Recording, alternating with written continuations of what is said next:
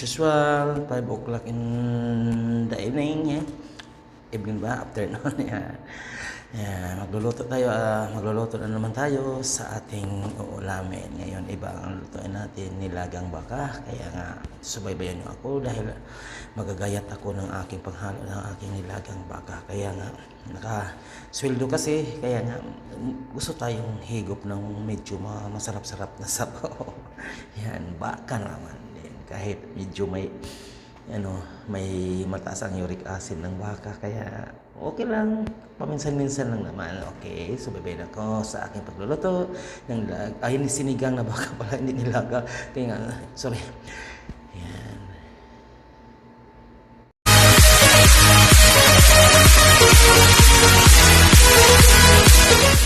Ito gaya ang ating mga sangkap ng ating mga sinigang na baka. Yan.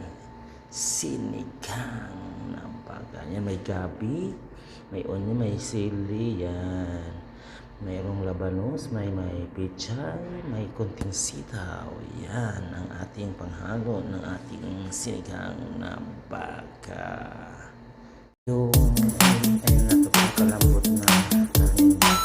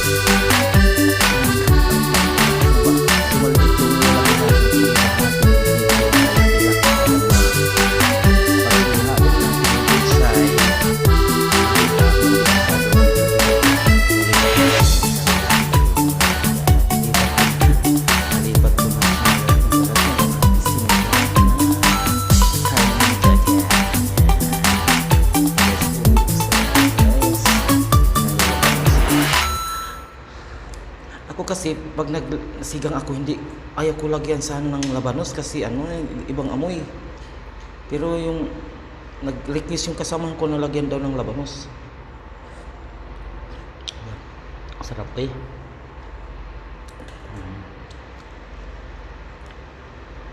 Tingnan na guys, luto na guys. Lagyan na natin ng pangsigang mix. Ay, kay Mamasita pangsigang.